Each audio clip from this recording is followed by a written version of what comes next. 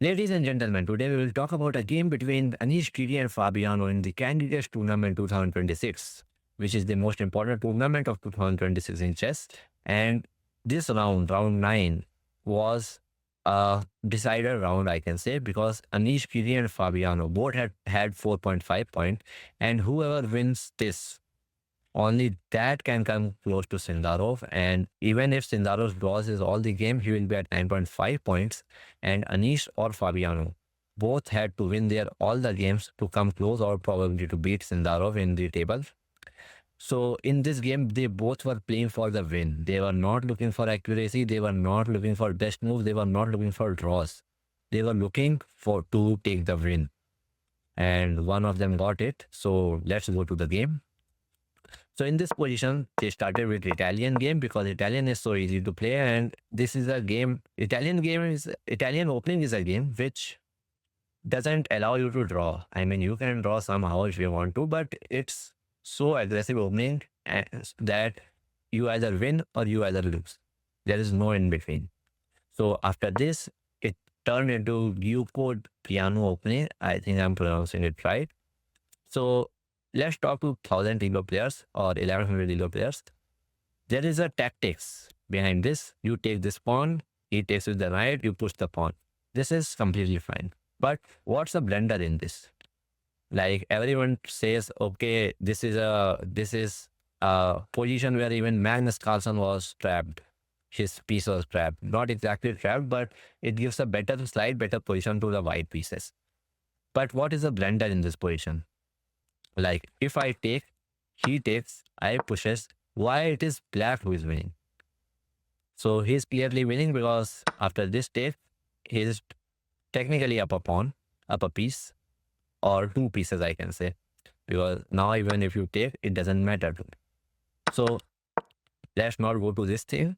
We will play from the perspective of Anish Giri and Fabiano. So after this, he castled. And after this, he brought his knight back, basic development, nothing new. And they are playing for the win. I will tell you that every time because in the end, something like that happened, which I think made me think what the hell is happened, what the hell happened here. So after this, they simply developed their pieces, brought the bishop and knight in the game. But here, I had a question. Fabiano, why did he play it so passive? Like he could have went there and his bishop might be more aggressive. But then I realized, yeah, there is something, some tactics he got there. And then this pawn push saves you from this move because if you push this pawn now, I will simply take it with a piece. I don't have to give my bishop or a knight for this. So this move you should consider it using in the games.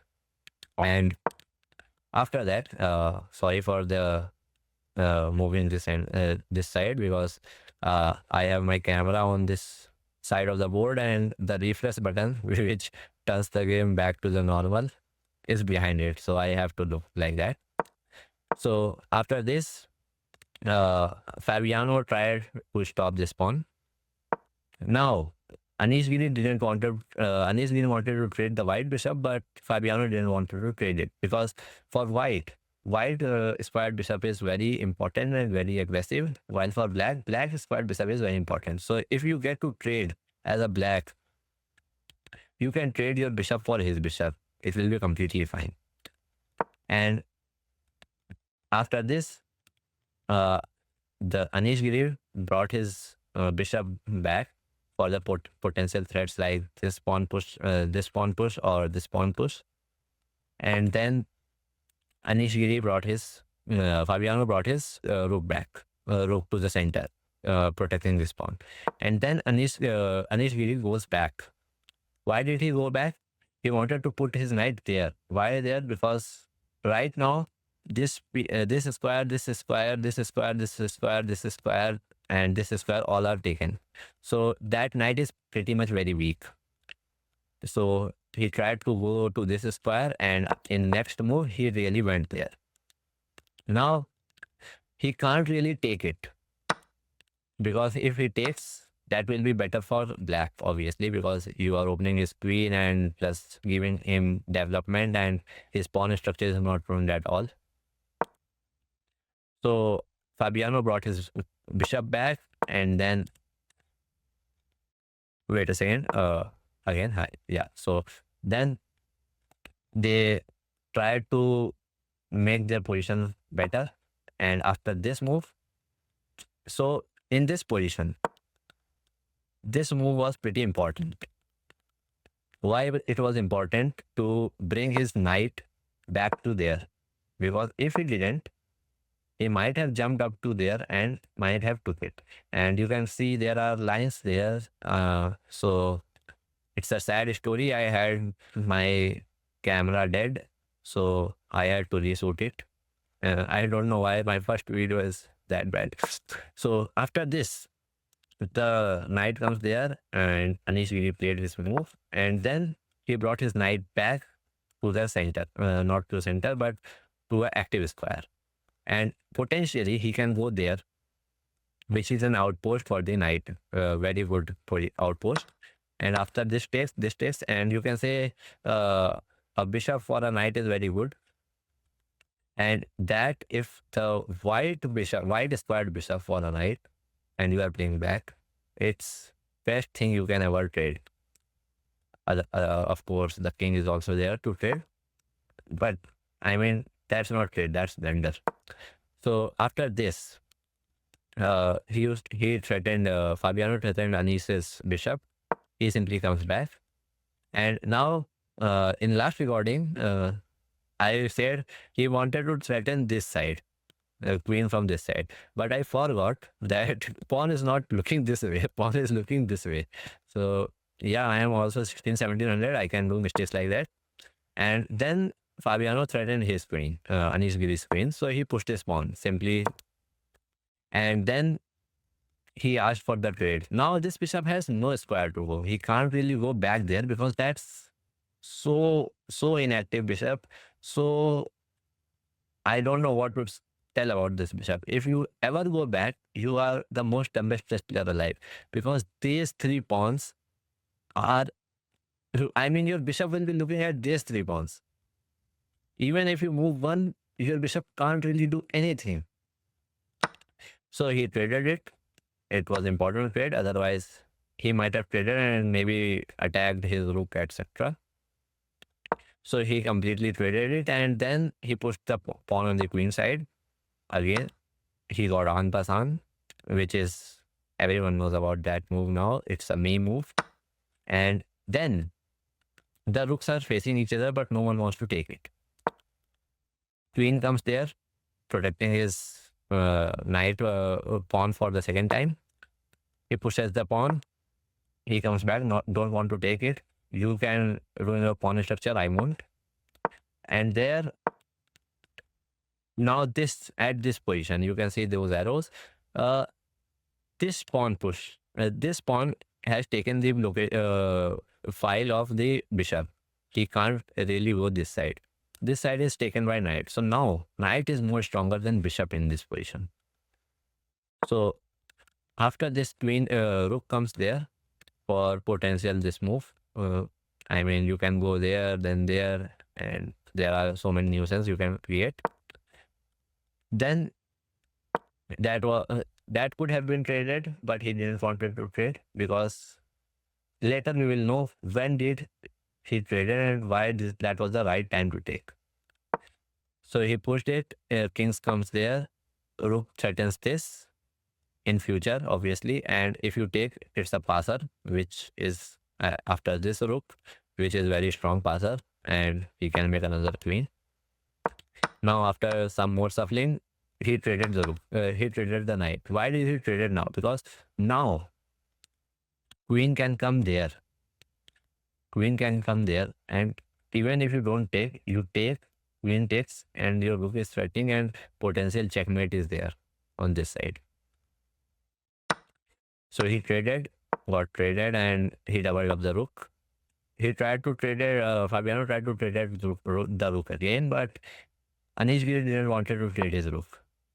he wanted to make the trade on his turn, and that's very important if you are a chess player.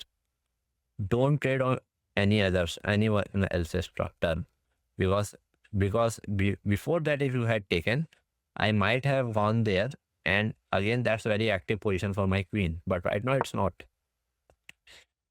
And Fabiano brought his rook back, because now if I trade, you trade, there is no tempo on you. There is no tempo. I don't have to move my rook, etc. And that won't trouble my queen as well if my queen wants to go there or somewhere there. And then Anish say, okay, you trade like this, I don't mind now, but I will bring my queen there, protecting this pawn, because in future you might be able to attack me like that. And now here Fabiano did his first mistake. This mistake happened because he wanted to play for the win. He wanted to attack more going there, and maybe in future come there and threaten this queen with the knight, and later he might have some plans. But that was a mistake. Anish pushes his pawn, so it can't come here anywhere again, because now this piece is so bad. But we have to see this position. This square is weak now, so he can potentially go to there and there. But he didn't. He came back trying to go to there, this position, to attack this maybe. And then his kings come back to protect this pawn and this pawn at the same time. And the queen can't come there. And to make this square a bit more protective, like that was a weakness, and you had to fill that weakness somehow. And you should learn it, that if you had pushed this and this pawn, this might be a weakness. So bring your king here. Both of those grandmasters did it. They brought their king there, and that's a good strategy, a good positional play you can learn from them. After that, the rook was taken, and then bishop comes there, potentially going there or there, and that bishop is going to be, spoiler alert, that bishop is going to be the best bishop you will ever see. So after queen there, that was a mistake, and bishop comes there, that was attacking the pawn. So after this, Fabiano almost had low time, like 6 minutes only, and they were at 34th move. They had 6 minutes to make 6 moves. He made it in 1 minute. He didn't thought so much. He thought that's a threat and I will have to protect it. Then Fabiano did another mistake. He's trying to win. He's desperate. His time is low. He is at 3 minutes 36 seconds, which is so much less time. And he had to make 4 moves. And last 4 moves had so little time. That's what changed the game, I think. Because even now, Anish has low time. So he took the rook. He didn't thought of anything else, no tactics or anything. And knight took it. And one more mistake he did, because he wanted to play fast. 37th move it was. And after 3 minutes, or 2 minutes I can say, or 1.5 minutes, Fabiano did another mistake. This is a time trouble. They are desperate. They want to win somehow, because they don't want a draw. And on board, you don't know this is a losing position. You know it's a draw. I have same amount of material, everything, and all the pawn are symmetric. Only this pawn is not symmetric, but it will be after this pawn push. So after this, he came back, and he came back to threaten this in around 2 minutes. Fabiano came back, one more move somehow, and he pushes the pawn. After that, it was the last move. So Fabiano said, let me save my king from potential check or something. He went there protecting this pawn. And after that, he pushes the pawn. Now it's a trap that has been set from there. I think Anish knew what he is doing, because if he didn't, he might have never came up with this type of moves. And now the time has been reset. You can think, you can drink water, you can breathe. And after almost 12 minutes, Fabiano played his king in front, trying to attack the pawn. And at this position, why this pawn was pushed, now we know. Queen comes there. It took so long. It only took 1 minute. He had seen this move from here. After this, queen comes there, and this is a losing mistake. You could have gone there. You could have gone there, but you didn't. You went there, and this move literally does nothing. I mean, look at this. Queen is already watching it. And it is watching it even now. What's the point of this move? That's a mistake because you wanted to win somehow. And after this move, he pushes the pawn in 6 minutes. 6 minutes is pretty fast, I can say, once you wanted to make a brilliant or something. He took it. And at this very movement, at this very position where your bishop is hanging, and maybe if you move the bishop, I can push the pawn and threaten a checkmate, threaten to take the queen with a check. Calm and collected, Anish Giri pushed his king. And that's a brilliant move. Why it is a brilliant? Because now you can't push it. You have to take it. If you take it, I will push this pawn. Your queen can't take it. Your queen's, all the square for queen is blocked. He can go there, but it won't affect the game. And after this, suppose at this position, if you move your king, which is a best move, you will lose your queen. And if you tried protecting your queen somehow, let's say you tried this is a mate. And at this position, Fabiano resigned because he could see that move. And that's what a world championship looks like. A game between two players who is fighting for the second position and want to be top of the table. Only one can top, the other one will lose. And the winner won. I mean, he literally won by moving his king. He literally won moving his king. That's the aura. That's the talent of chess. That's the game we always wanted to see. That's the brilliancy of chess. And this match made me say, what the hell happened? After this king move, I mean, the bar was too high, so I always knew that Anish is winning, but if there was no bar, after this pawn push and the white pawn took it, I might have thought, okay, this is the end for Anish, because if he takes, he will be in check. If he comes back, his queen is gone. But moving the king and blocking this square, and after this pawn push, this square will be blocked. It's a checkmate, and even I mean, who am I to say, but I couldn't see it. And I don't think many people could have seen it at the first try. Yes, you can say, yeah, I have seen it. I am pro, I am 2800, but yeah, I don't think it was easy to see at the board. So this was the game between Anish Giri and Fabiano. Now Anish Giri have 5.5 point in 9 rounds, and now in 14 rounds, if Anish Giri won his all the games, it's from Sindarov as well. Let's say he draw with Sindarov, he will have 10 points. And Sindarov, if Sindarov had drawn all his game, he might have 9.5 points. So Anish can beat Sindarov, and he is the only guy who can beat Sindarov right now. So what do you think? Who will win this chess candidate tournament, and who will fight Gukesh for the final? So that's the end of the video, and thanks for watching if you have watched till now. And We'll meet in the next one. Bye bye.